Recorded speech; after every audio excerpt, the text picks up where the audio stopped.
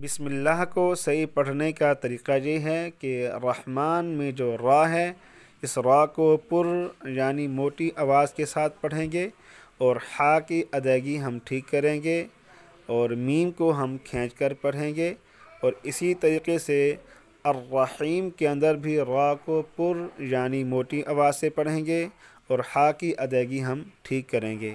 اور عام طور پر ہم اس کو غلط پڑھتے ہیں، اور ہم اس کو یوں پڑھ دیتے ہیں بسم اللہ الرحمن الرحیم۔ اب بسم اللہ کے اندر اللہ تعالیٰ کے دو صفاتی نام کا تذکرہ کیا گیا ہے، رحمان اور رحیم، جو کہ ہم نے غلط پڑھا ہے۔ یہاں ہا ہے اور ہم ہا پڑھ رہے ہیں، تو ہم نے اللہ تعالیٰ کے صفاتی نام کو پڑھا ہی نہیں ہے۔ تو اس بسم اللہ کی جو برکات ہیں وہ ہمیں کیسے حاصل ہو سکتی ہیں؟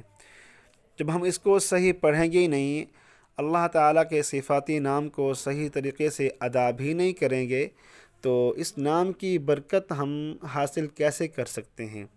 تو ہمیں بسم اللہ کو صحیح طریقے سے پڑھنا سیکھنا چاہیے اور سکھانا چاہیے۔ تو اس کو صحیح پڑھنے کا طریقہ کیا ہے؟